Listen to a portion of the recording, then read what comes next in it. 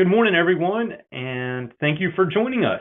We definitely appreciate it. This is part of the CSP webinar series. We've been doing a lot of things on security lately, and this one, as you know, is So You've Been Hacked, Now What? Before I do dive in, I would like to piggyback off Clayton and just give a big thank you.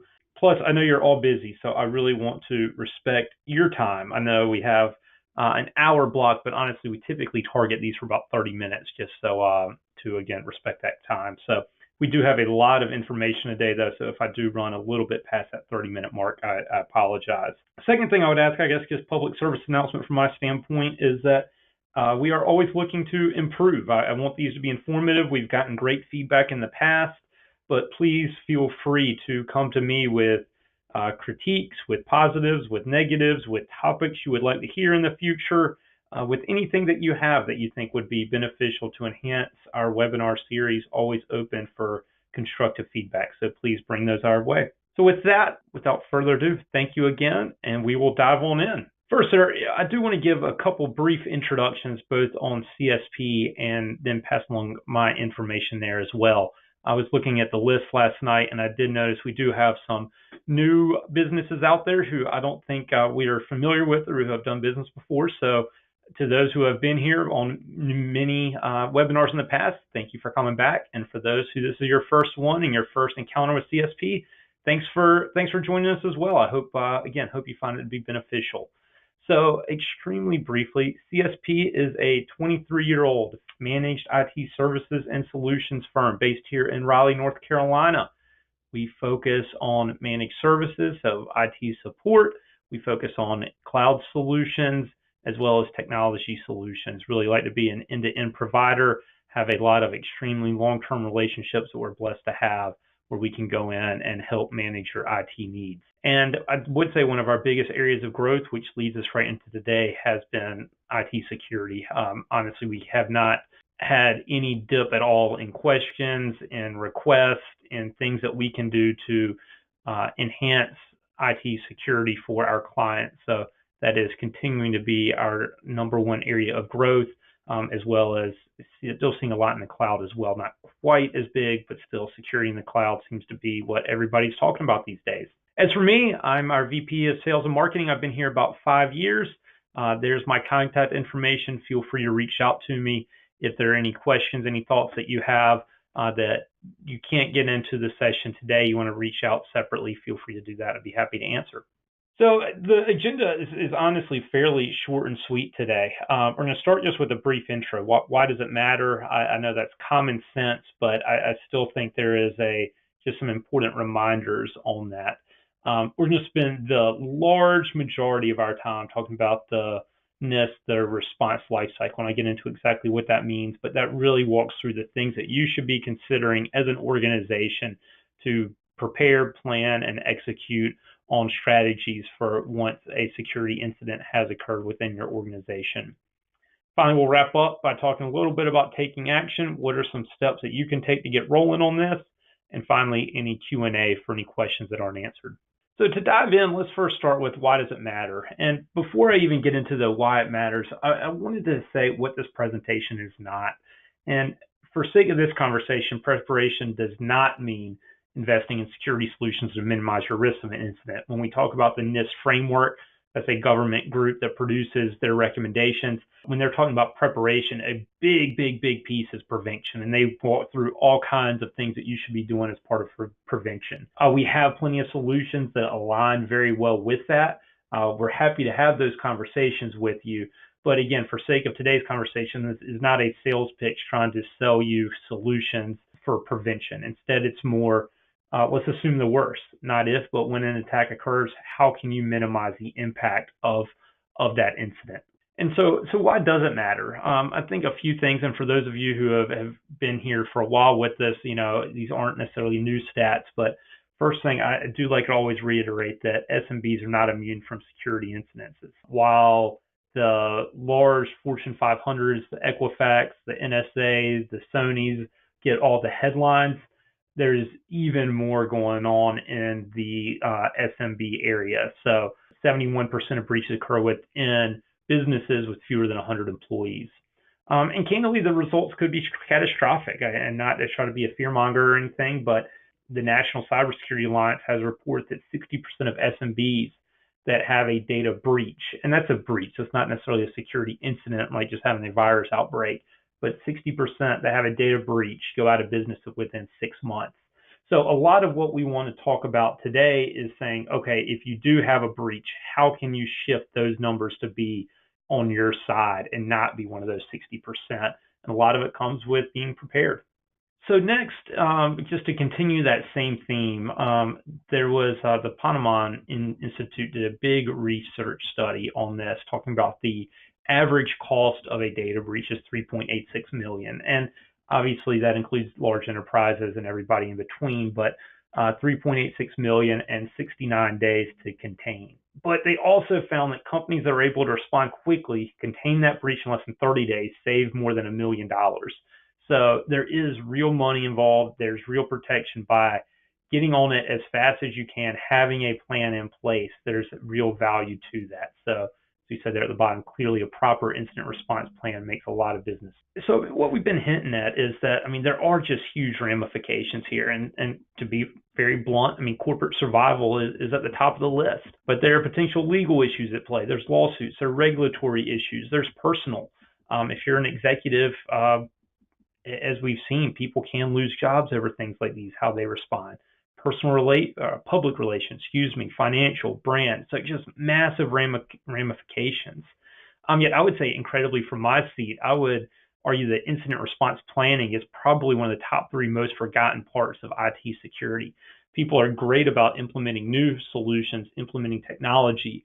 They're not nearly as good about planning ahead, say, okay, if something does happen though, what do I do then? And I wouldn't say ironic, but I would also say that the planning gets from policies, procedure. When I say what are the top 3 things I think get ignored the most, in no particular order, it would be incident response planning, it would be having solid policies and procedures, and then it would be IT security training. Make sure that you're communicating this, that you're training your staff on it. So those are sort of some of the pieces that get forgotten in my mind. So hopefully today we will take a little chunk out of that and be able to articulate some things that you can do as an organization to plan ahead and minimize the impact that any security incident will have on your organization.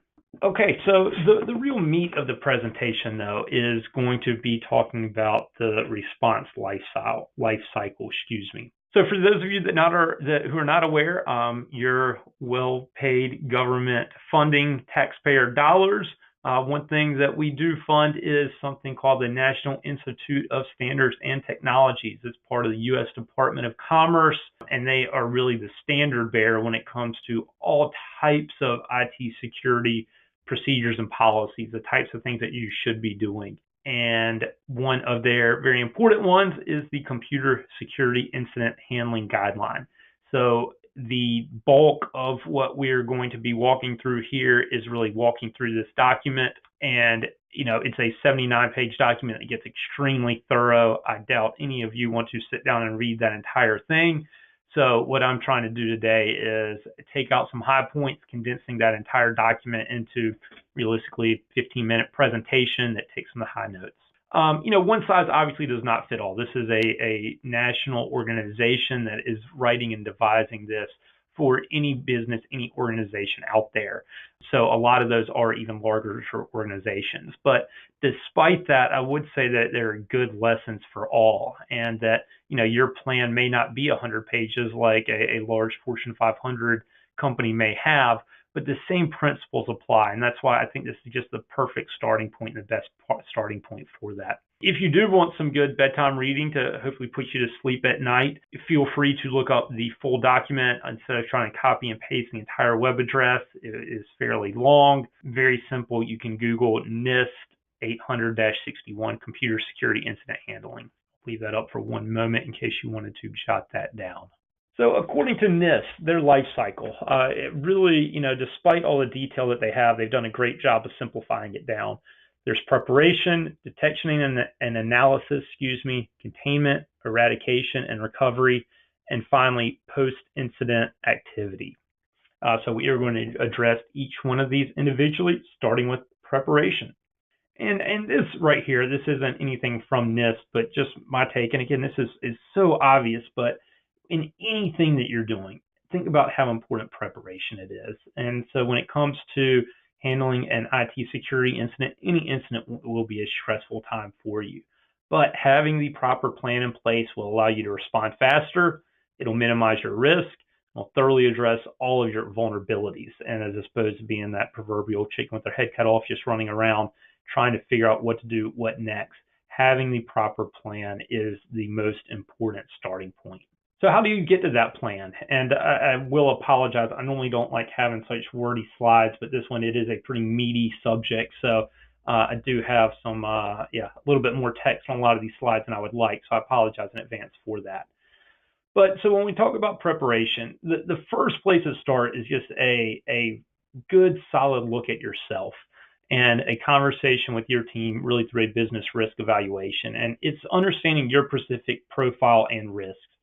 How you plan could vary very differently if you're a bank holding financial organizations versus if you're a healthcare organization versus if you're a retail shop that doesn't house any credit card information yourself, but maybe just has names and email addresses. So obviously how you respond will be impacted a lot by who you are. So what type of, apologize typo there, what type of information do you have? What kind of regulations do you fall under? Or do you fall under HIPAA? Do you fall under PCI? Are there other? There FDA. There's all kinds of compliancy rules and regulations. What do you fall under? What kind of legal requirements do you have? Know your local laws that you have here in North Carolina and or wherever you may be. That's changing rapidly all the time. Right now, if you have any data breach, according to the state of North Carolina, the notification procedure is as soon as possible. There are some conversations and some new proposals out there to change that to be much more stringent within a certain amount of time, potentially even 2 weeks. So those are the types of things that you need to know. What are your legal requirements? What are your client requirements? What's your financial exposure? So those are all the types of questions that will really dictate what's going into your plan. The next thing that you need to do is put someone in charge of this. I know that just sounds like common sense, but you do need to have a owner of that and build a team around it. In the security world, it's called a SIRT, Security Incident Response Team. And it is so important to consider all the stakeholders that may need to be included. And again, I'm a realist. In a small business, you're probably not going to bring all these people into a boardroom, sit down and, for a month have meetings and follow-up meetings on how to build this plan. That's not realistic. That's probably not going to happen. But I still think it is important to consider all these different roles that are impacted by a potential security incident. And even if you're not all getting in the boardroom together, having whomever is in charge of this to have preemptive conversations with somebody in legal, even if you don't have in-house counsel, even your external counsel. Hey, we're doing this, we're putting this together. Is there anything that you have from your seat that we should be considering as we build this? Talk to your insurance people. Make sure you really know your insurance policy. If you have a cybersecurity policy, know that inside and out. Different policies have different requirements that you need to follow if you're trying to ultimately file a claim. And you don't want to get done with a big security incident and realize that you didn't say document everything that you did properly during the course of that event, so you're having a hard time filing that claim. Compliance. Again, who's your compliance officer when it comes to something like HIPAA? Make sure your executive's involved. Who's responsible for PR, for marketing, communications, media relations, all of that, making sure you're thoroughly considering that side of it. HR, if your employees maybe data gets breached, you need to be in contact with HR about your policies there, even if you have a separate security organization. So again, my point is, yes, if you're in an organization that you want to bring all these together, great, but at least, even if you're not bringing everyone together, have that point person who is reaching out, having communications, proactive communications with these different groups to start mapping out, okay, what does our plan look like?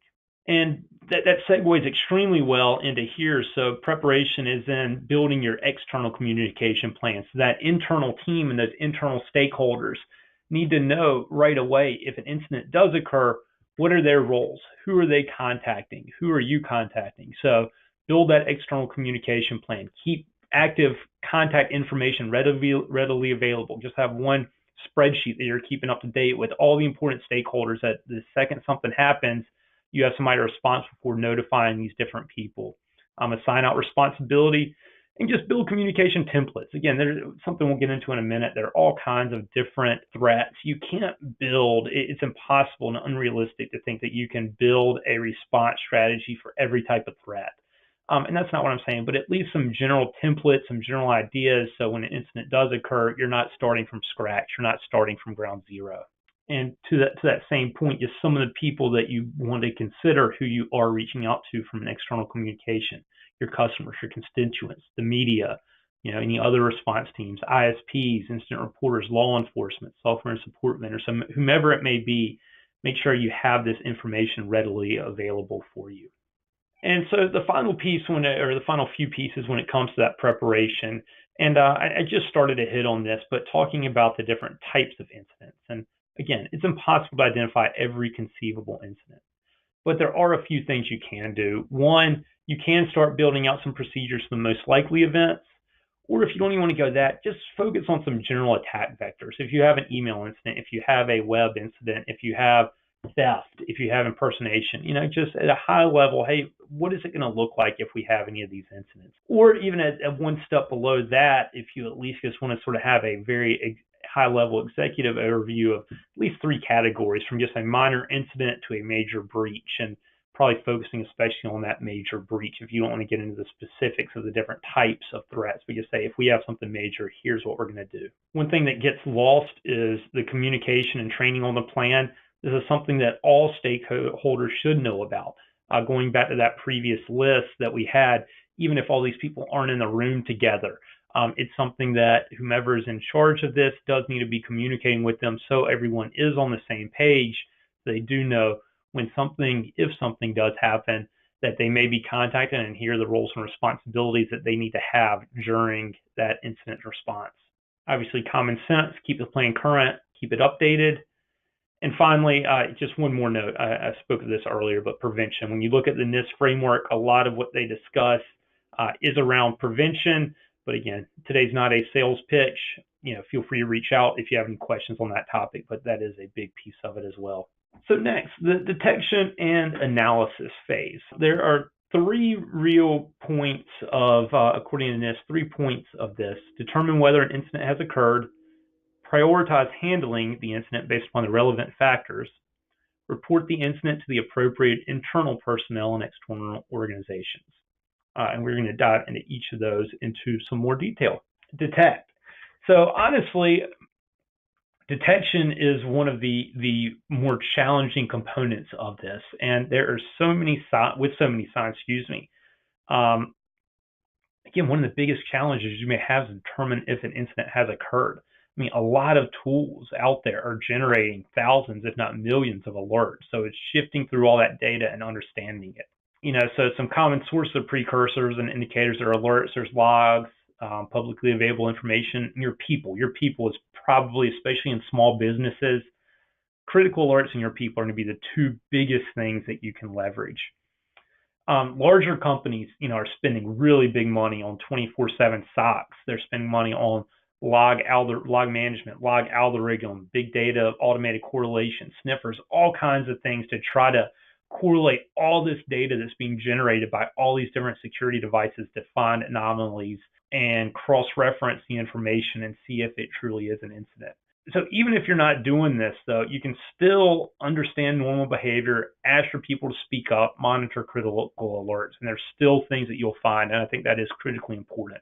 Once you do see something, though, that does maybe raise a red flag, this is just common sense as well, but you need to confirm that. You need to correlate it. So if you expect an incident, correlate that data from a different source. So try to always triangulate, always try to confirm it before you start running this up the flag. So that's a very important thing you can do. Obviously, most of this is more on IT plate. Earlier, we talked about HR, legal, insurance. A lot of this is on IT. It's been good to perform some research. Again, it's amazing what you can find out there on the web just through search engines, through knowledge-based articles, and understand what it is you're up against. There's so many threats that are changing all the time. It is impossible to be an expert on them all. But as soon as the handler believes that that incident has occurred, well, it's time to escalate. But also at that point, it's so important to start documenting the investigation, gathering evidence right away, so you do have a paper trail, both for troubleshooting as well as for legal purposes down the road. So next, analyze that. And a lot of what we are talking about here is you want to prioritize how we're handling the incident based upon facts. And there are three key pieces of this. It makes sense. It makes common sense once you dive into it. But the three big things to consider are what's the functional impact, what's the information impact, and what's the recoverability effort.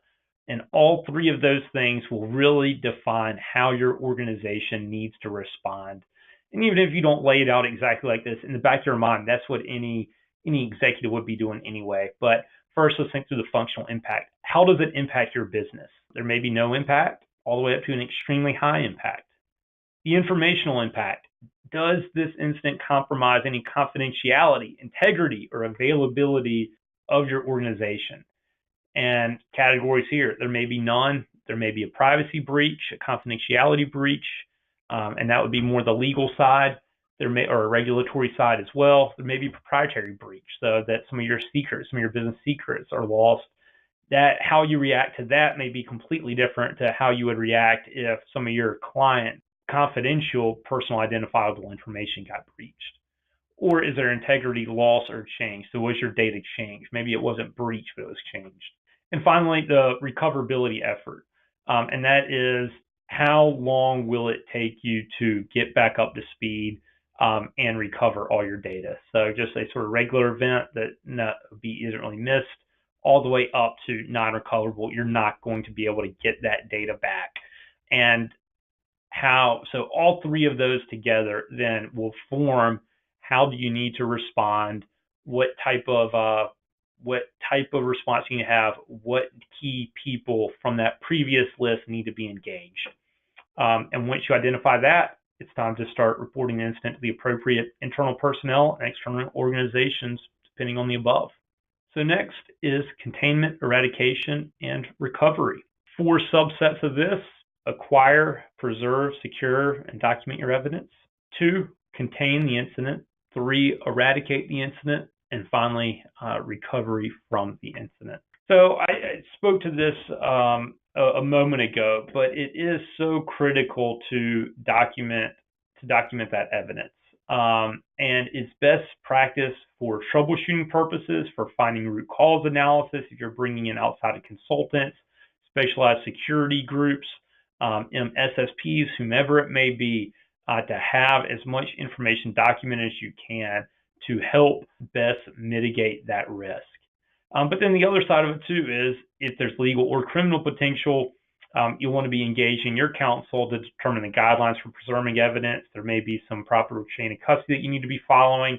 So again, this is where it goes back to, from the very start, having somebody on the legal team involved so they can outline out what you need to do to make sure that you are protecting yourself and your organization's best interest when it does come to responding to an incident like this.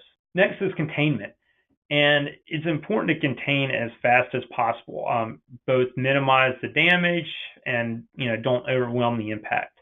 And once you have it contained, then that buys you a lot of time to develop the best remediation approach. So again, once you have it contained, then you can take a step back and say, okay, what is our best approach to make sure that we are remediating this properly? And the strategies for containment, they vary a lot. And this is a very IT specific thing based on the type of incident. But just for users out there, if you're not technical, don't simply assume you should shut down. Going back to the previous topic, number 1, about preserving, securing evidence, sometimes if you shut down, you might automatically, all logs may be deleted out of the cache. So if you just immediately shut down, you might lose a lot of that paper trail that can be used from a forensic standpoint to understand how the breach occurred or where all it went to from there.